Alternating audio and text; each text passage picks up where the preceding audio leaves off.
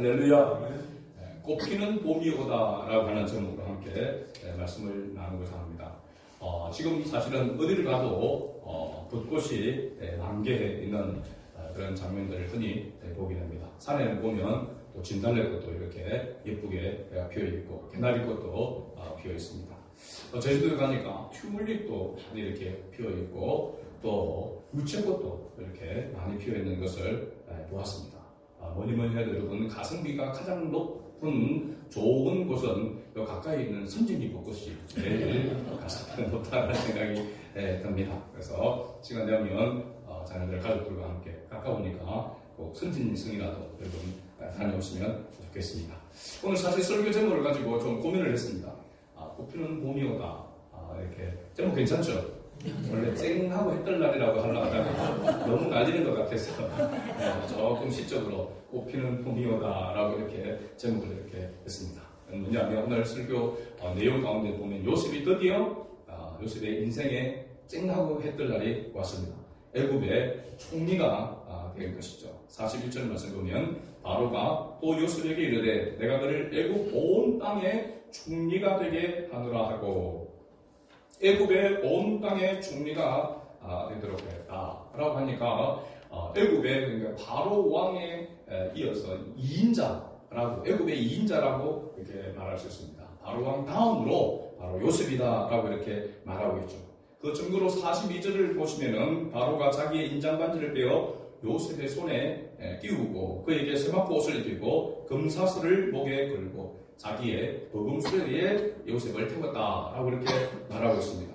이 인장반지를 빼어서 끼웠다라고 하는 것, 우리가 이 반지를 손에 끼우는 것 어디에서 기억이 납니까? 누가복음 15장에 보면 돌아온 탕자 아들에게 아버지가 반지를 끼우는 장면이 나옵니다. 그것은 바로 나의 아들이다 같은 그런 어떻게 보면 동지성을 가지고 있다, 동등한 위치에 있다라고 하는 것을 인정하는 것이 바로 이 인장반지라고 이렇게 말합니다. 그래서 바로 왕에 있어서 요셉이 바로 왕보다 나은 것은 자기 왕자밖에 없다고 할 정도로 바로 왕의 다음 바로 요셉이다라고 하는 것을 이야기하고 있고, 이 요셉에게 권위와 권세와 권력을 이렇게 위임하는 그러한 모습을 볼 수 있습니다. 여러분, 여기 보면 바로가 요셉을 자기의 버금수레에 태웠다라고 이렇게 말하고 있는데, 이 버금수레가 어떤 의미냐라고 이렇게 하면, 우리 군대 갔다 온 남자들은 쉽게 이야기됩니다. 군대에 대대장이 타는 차를 1호차라 이렇게 이야기합니다. 그럼 연대에서 제일 높은 연대장이 타는 차를 1호차라고 이야기하죠. 사단장이 타는 차를 1호차라 이렇게 이야기합니다. 1호차는 우리 가장 대빵이 최고 높은 계급이 타는 차다라고 이렇게 알려져 있습니다. 그 다음에 그러면 그 다음 계급이 타는 차가 뭘까요? 바로 버금수레라고 하는 2호차라고 말할 수 있습니다. 최고 바로 왕이 타는 수레 다음에 타는 그 수레가 바로 이 버금수레라고 이렇게 이야기를 하고 있는 거죠. 그러니까 요셉의 그 위치가 얼마나 대단한가라고 하는 것을 바로 볼 수가 있는 것입니다. 아무튼 가나안 땅에서 노예로 팔려왔고 또 억울하게 모함을 받았지만 감옥에 갇혀있던 요셉이 바로 왕의 꿈을 해몽함을 통하여서 그야말로 하루아침에 온 애굽 땅의 2인자가 되는 것입니다. 요즘 말로 하면은 로또 맞았다라고 이렇게 말할 수 있습니다. 그렇죠? 어제만 하더라도 감옥에서 다른 수종들은 그런 위치에 있던 요셉이 완전히 하루아침에 달라진 그런 인생이 되는 것입니다. 남을 수종들은 요셉이 수종들은 사람들이 종들이 있는 수종을 받는 섬김을 받는 그런 위치에 있게 되어졌고, 왕족들이나 있는 그러한 비단옷과 버금수레를 타게 되는 그러한 위치까지 올라왔습니다. 오늘 재밌는 장면이 43절에 있는데요. 옛날 사극에 이렇게 보면은 왕이 가마를 타고 왕궁을 나서면은 앞에서 막 소리를 줍니다. 물러가라, 주상전환합시오, 막 이렇게 하면서 외치잖아요. 그러면 어떻게 합니까?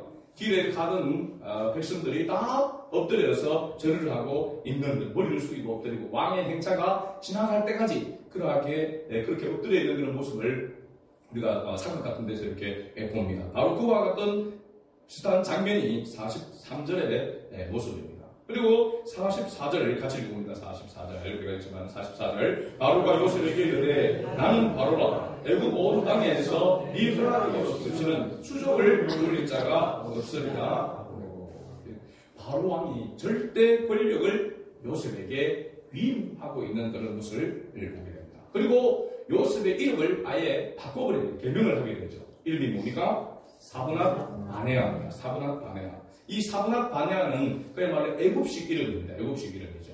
그러니까 창시 기명하듯이 그죠? 애굽식 이름인데 뜻이 바로 뭐냐면 그 의미가 생명을 부여하는 자 그리고 생명을 유지 보존하는 자라고 하는 그런 뜻을 가지고 있습니다. 당시 애굽 전역이 그 7년 흉년 후에 그다음에 7년 흉년이 들게 되어질 때에 모든 애굽 사람들과 그리고 그 주변에 있는 사람들이 굶을 죽을 그런 판에 있었습니다. 기근으로 인하여서. 그죠? 이때에 요셉이 바로 왕의 위임을 받아서 애굽 온 땅을 통치하고 이렇게 있었잖아요. 그죠? 그러면서 요셉은 많은 사람들의 생명을 살리는 그런 역할을 한 것입니다. 그죠? 그래서 이 요셉이 생명을 살리는 이 역할이 바로 사브낫 바네아라고 하는 그런 이름에 이렇게 담겨져 있는 것이죠.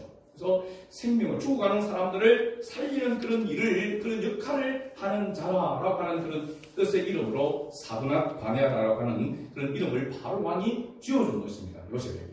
그래서 이 요셉을 신약의 예수 그리스도의 모형이다라고 이렇게 이야기를 하고 있는 것이죠. 허물과 죄로 죽었던 사람들을 십자가로 말미암아 살렸던 예수님처럼 요셉은 많은 사람들의 생명을 살리는 역할을 한 것입니다. 그리고 뒤에 보면 온의 제사장 보디베라의 딸 아스낫을 요셉에게 주 아내로 삼게 했다라고 이렇게 말하죠. 여기 온이라고 하는 것은 애굽이 섬기는 신의 이름이라고 할 수 있습니다. 어떤 신이냐면 바로 태양신의 이름을 바로 온이라고 이렇게 이야기합니다.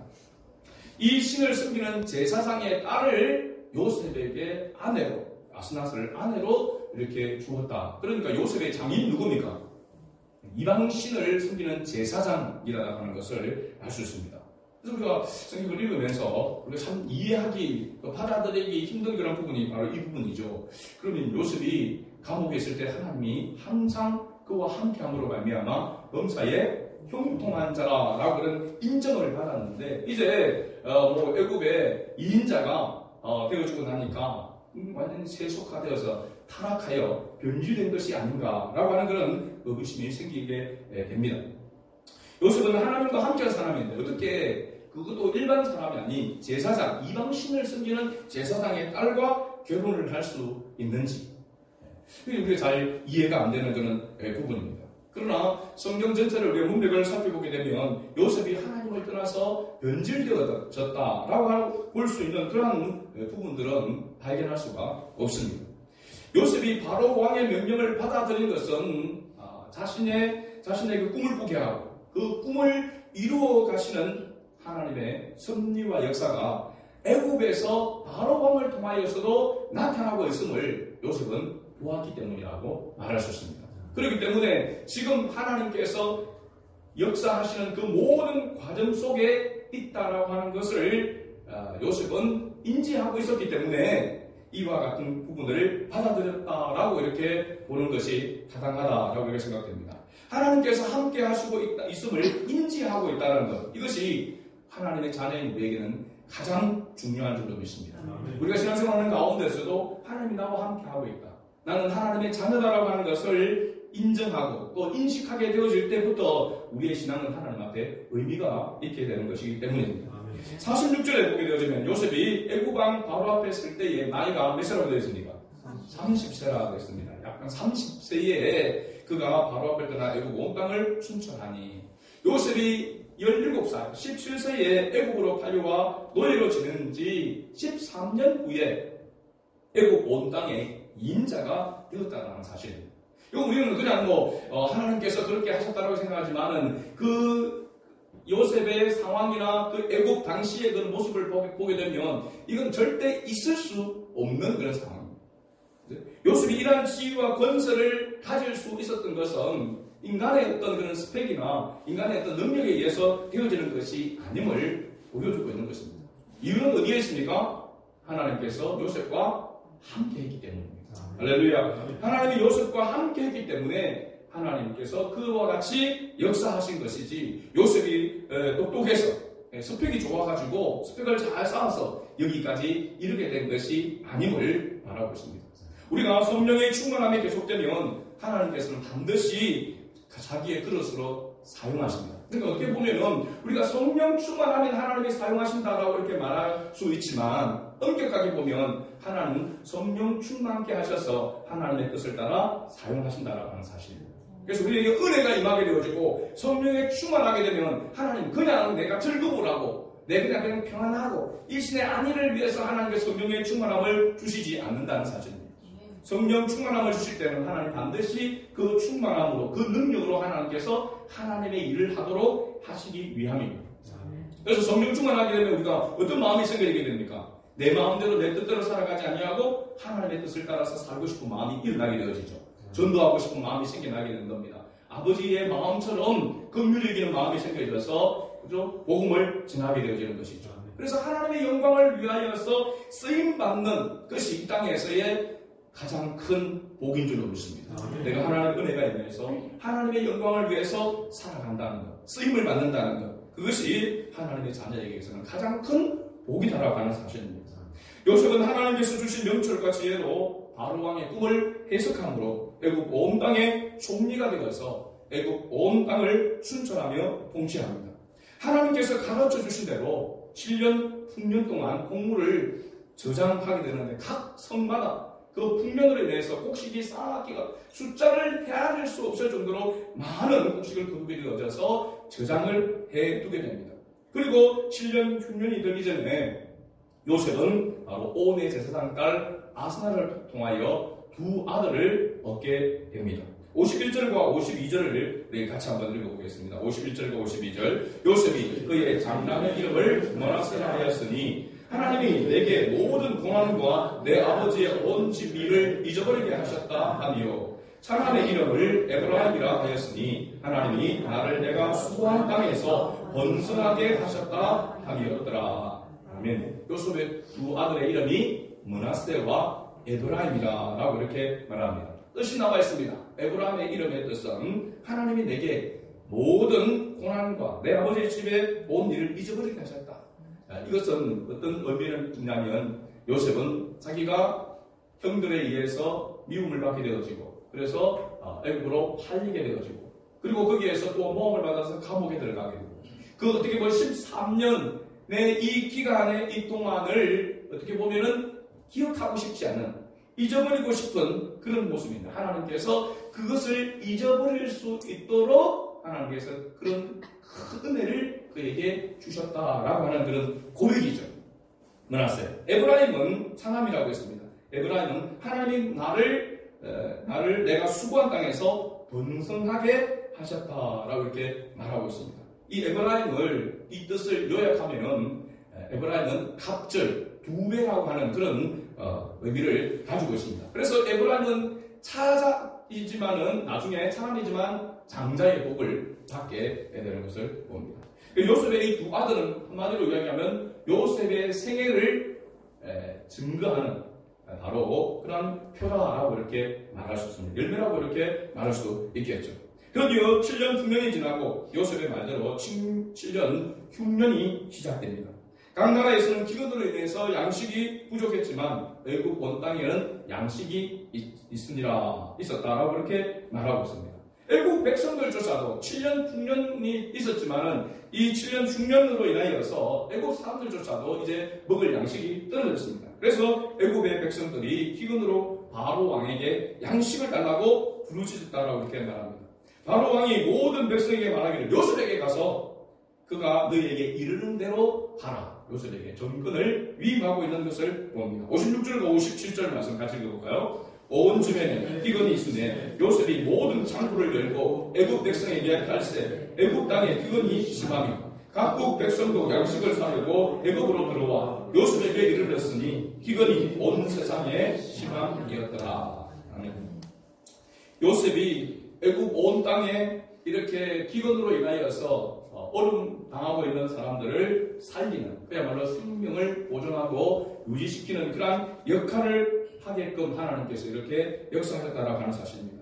그리고 42장 1절에서 5절 보면 이어서 나오는 말씀 42장을 보게 되면 1절에서 5절까지 말씀 우리가 좀 빠르게 읽어보겠습니다. 그때 야곱이 애굽에 곡식이 있음을 보고 아들들에게 이르되 너희는 어찌하여 서로 바라보고만 있느냐.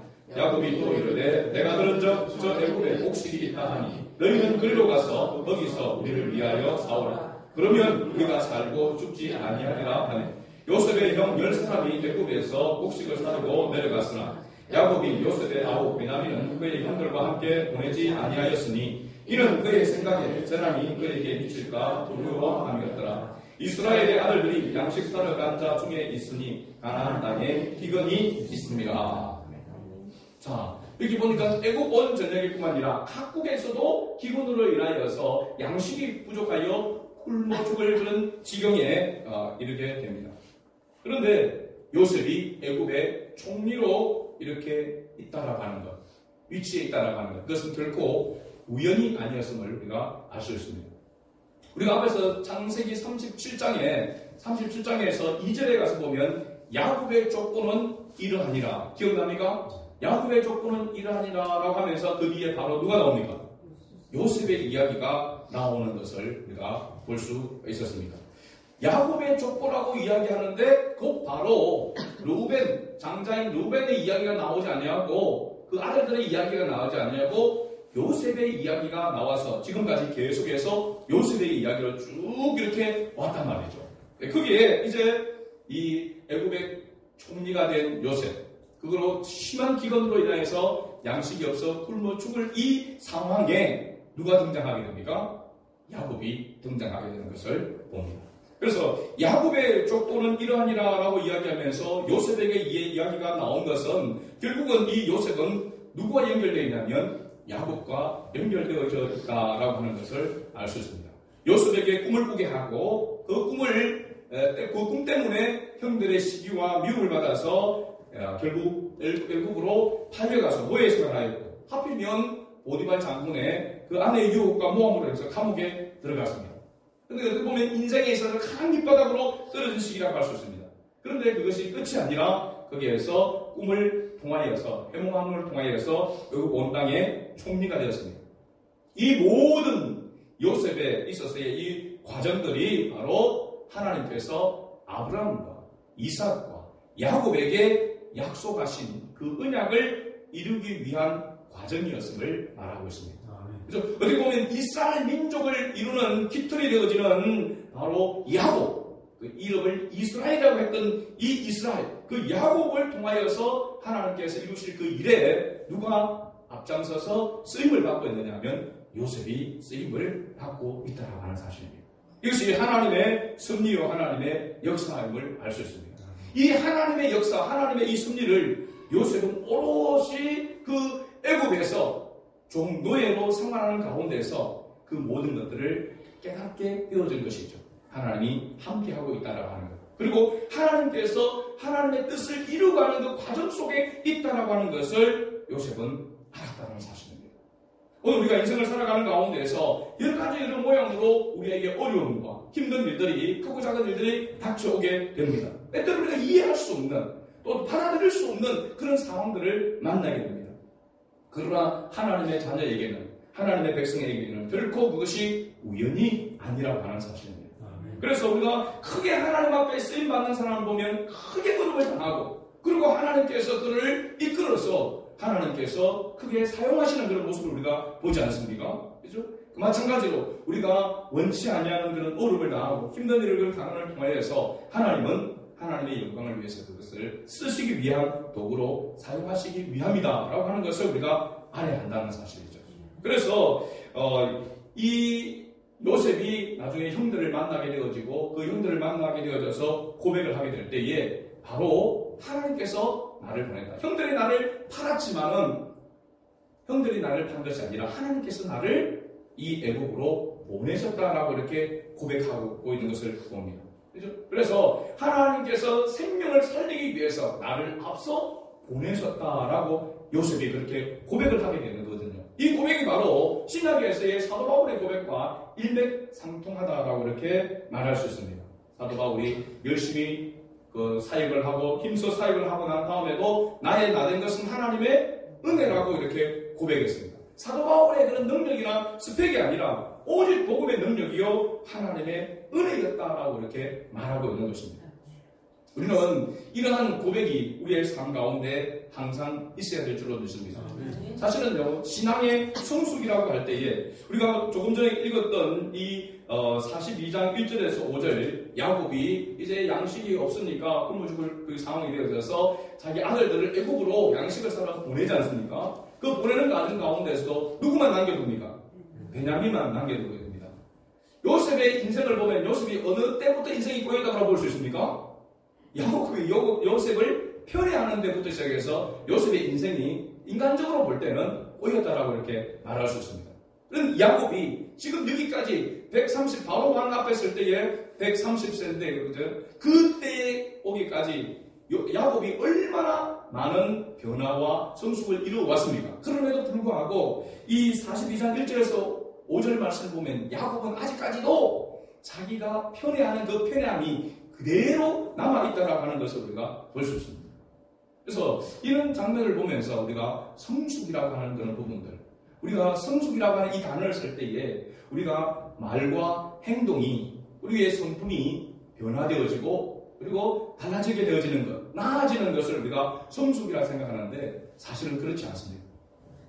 우리가 잘못 착각할 때가 많습니다. 저도 마찬가지입니다. 우리가 신앙생활하는 가운데 여러분 집사로서 그냥 일반 평신도로 그냥 세례교인으로 있다가 집사가 되어졌을 때에 그리고 권사가 되어졌을 때에 안수 집사가 되어지고 장로님이 되어지고 또 목사가 되어졌을 때에 우리는 그에 걸맞는 그런 모습을 가지려고 애를 씁니다. 그렇죠? 그렇잖아요. 그렇죠? 그래서 집사 때보다는 또 직분이 좀 더 중직을 맡을 때에 좀 더 나은 그런 모습으로 되어져가는 그런 과정들을 생각을 하고 그렇게 되기를 원하고 있습니다. 그러나 정작 우리 자신을 돌아보면은 성숙으로 한 걸음 더 변화되어져가고 나아져가는 장면들은 한 계단 한 계단 나아가는데 어느 순간 보면 다시 밑바닥에 떨어지는 경우가 있다는 것입니다.